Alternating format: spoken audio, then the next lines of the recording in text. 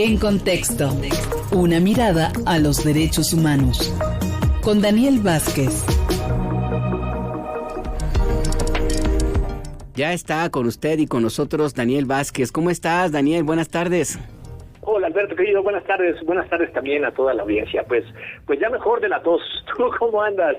Pues yo creo que voy a seguir la ruta que tú estás dejando, porque esto de tomar agua fría con calor no es sano. Pero bueno, más allá del estado, ahora sí que el estado de vida, los achaques propios de la edad, ¿de qué conversamos, Daniel Vázquez? Vamos a trabajar un poquito sobre el índice global de crimen organizado. A ver, te cuento que ¿qué es esto del índice global del crimen organizado? Recientemente acaba de salir la segunda edición de este índice, lo realiza una organización internacional, se llama Iniciativa Global contra el Crimen Organizado Transnacional, ese es el nombre, es una ONG pues con sede en Ginebra, que de hecho comenzó haciéndolo inicialmente para África, ¿no? Ellos tenían un proyecto que era mejorar la capacidad de África para contrarrestar la delincuencia transnacional. El proyecto salió razonablemente bien, midieron muchísimos países de África y decidieron no solamente implementarlo en África, que esto fue en el 2019, sino pensarlo para todo el mundo. Entonces, en el 2023 hicieron la primera medición para 193 países y acaba de salir la medición del 2024. Esto es importante recalcarlo, el año. Es lo que están midiendo en este momento, los datos que te voy a dar, se refieren al 2024. Ese es uno de los problemas que nosotros tenemos en la academia. Siempre llegamos tarde a todo. Porque pues es todo un procedimiento, ¿no? El conseguir los datos, el analizarlos, el finalmente construir las bases y finalmente hacer los índices. Entonces no se refieren a lo que sucedió en que es más bien el primer año de la presidenta, sino que se refieren más bien al 2024, dan cuenta sobre todo de lo que sucedió en el último año del presidente Andrés Manuel López Obrador. ¿Y qué es lo que miden en esta segunda edición? Bueno, miden lo mismo en la primera y en la segunda, y eso es muy importante porque entonces la idea del índice, bueno, primero es que se replique cada año, porque así nos da información, nos da mediciones sobre si las cosas están mejorando, sobre si están empeorando, con el objetivo no tanto de hacer una crítica, sino de poder tener información para saber en dónde tenemos que generar mejoras de política pública, ¿no? Lo que no se mide no se puede mejorar. Y esa es la idea, que con estas mediciones podamos hacer los ajustes correspondientes. Esa es la idea pensada detrás del índice. Y miden en particular tres cosas. Miden los mercados criminales, los actores criminales y algo que ellos llaman resiliencia, que la resiliencia es la capacidad que tienen los estados para combatir al crimen organizado. Entonces tenemos dos mediciones negativas, por decirlo de alguna manera, porque miran pues los problemas, el mercado criminal y los actores criminales, y una medición positiva porque nos permite mirar la capacidad del Estado.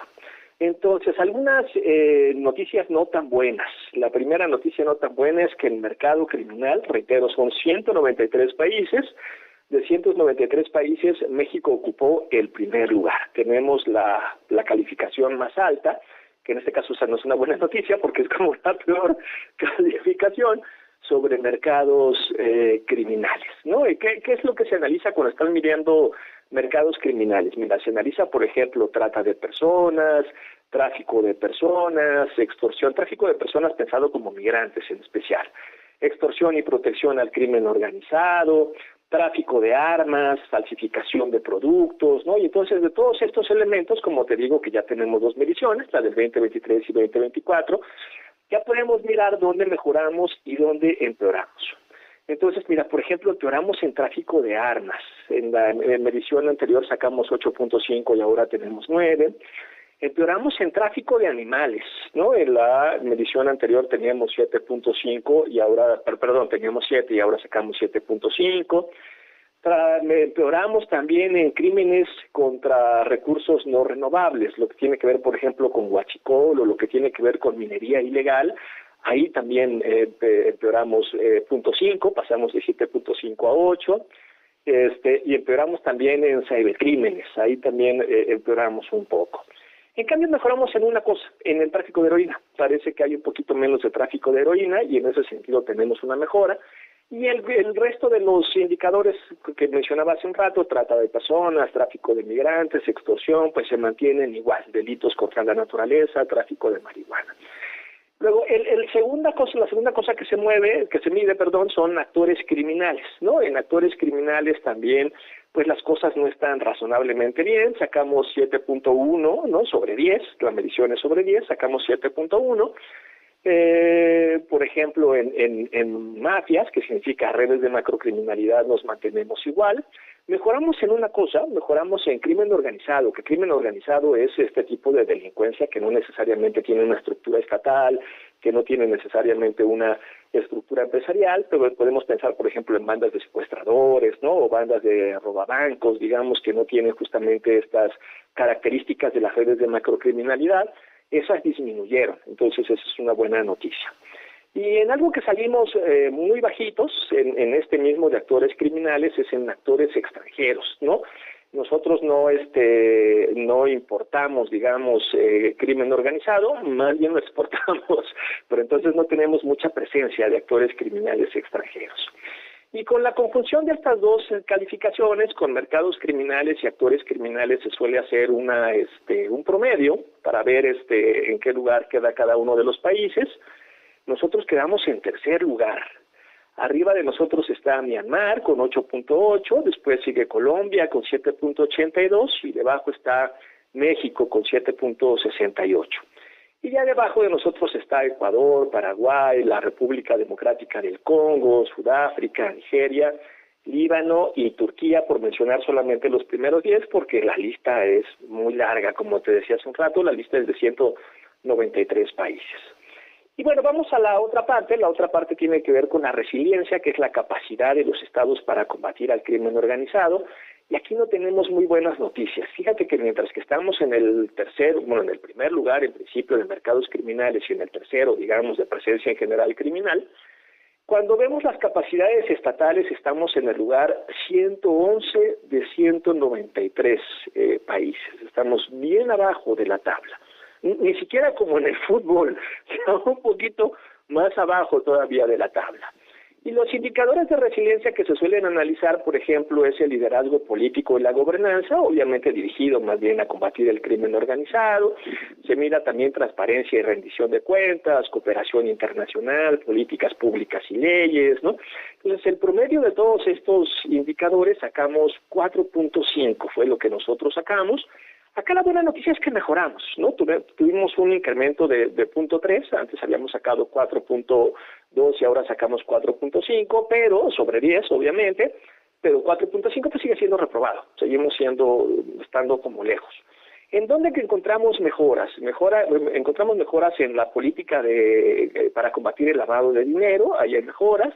Encontramos mejoras en la cooperación internacional, en la transparencia y rendición de cuentas, y encontramos mejoras también en los órganos de la sociedad civil enfocados a este tipo de problemática. En eso tuvimos mejora, por eso mejoramos en las capacidades en general para combatir el crimen organizado, pero seguimos quedando más o menos lejos. Entonces, reiterar que esta es la medición del 2024, digamos la última del presidente Andrés Manuel. Va a ser interesante mirar la medición del 2025, que saldrá el año entrante, para ver el impacto que podemos tener en este índice a partir de todo lo que se ha venido desarrollando con la actual presidenta, con Claudia Sheinbaum. Entonces, pues esas son las noticias que tenemos nosotros, por ejemplo, de este índice. Y una cosa interesante va a ser mirar este tipo de información para pensar cuáles son los desafíos que va a tener la nueva fiscal, Ernestina Godoy, sobre estos puntos en particular. Mira, por ejemplo, te suelto uno, porque creo que ya me alargué, y paro ahí para que platiquemos un poquito, si quieres, también tanto sobre el índice como sobre esta segunda parte, que tiene que ver con esos desafíos. Algo que no logramos fue que se hiciera un plan estratégico de procuración de justicia, y eso es muy importante, ¿no? Porque de alguna manera lo que indica es a qué vamos a darle prioridad, ¿no? ¿Qué patrones de criminalidad vamos a desmantelar, o qué redes de macrocriminalidad se van a desmantelar, y cómo se van a desmantelar. Y había una obligación primero de hacer un Plan Nacional de Persecución Penal, que finalmente cambió el nombre en el 2021 y se llamó Plan Estratégico de Procuración de Justicia, pero nunca se hizo ese plan. Y esto es un problema porque en la medida que no tenemos un plan claro, una política pública debidamente diseñada para combatir esa criminalidad, pues claramente no tenemos como de forma evidente cuáles van a ser los objetivos, cuáles van a ser las metas, pero sobre todo esto que te decía, cuáles van a ser las prioridades. No del caso por caso, sino del desmantelamiento de los patrones criminales, que eso es lo más importante. Más que solucionar 1, 2 o 3 casos en concreto, figuras o instituciones como la Fiscalía Nacional en especial, lo que tendría que pensar no es un caso en concreto, sino cómo desmantelamos patrones más generales de criminalidad.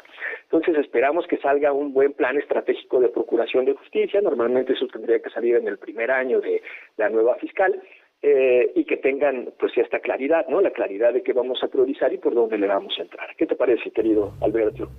Pues sí, como tú bien señalas, Daniel Vázquez, no son necesariamente buenas noticias. Ya habrá oportunidad de hablar un poco más sobre de dónde vienen los datos de los expertos que forman parte de este organismo, del Índice Global de Criminalidad.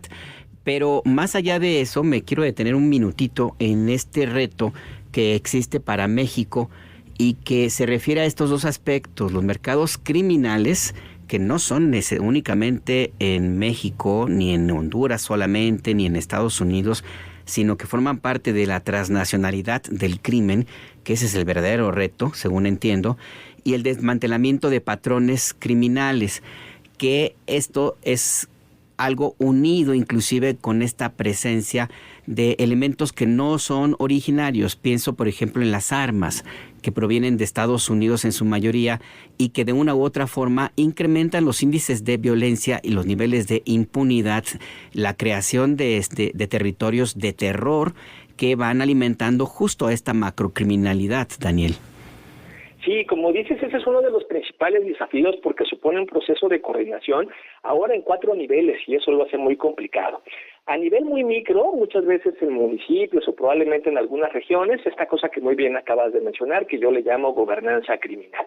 Y en donde en esos niveles de gobernanza criminal encuentras muchas veces las más duras expresiones de violencia.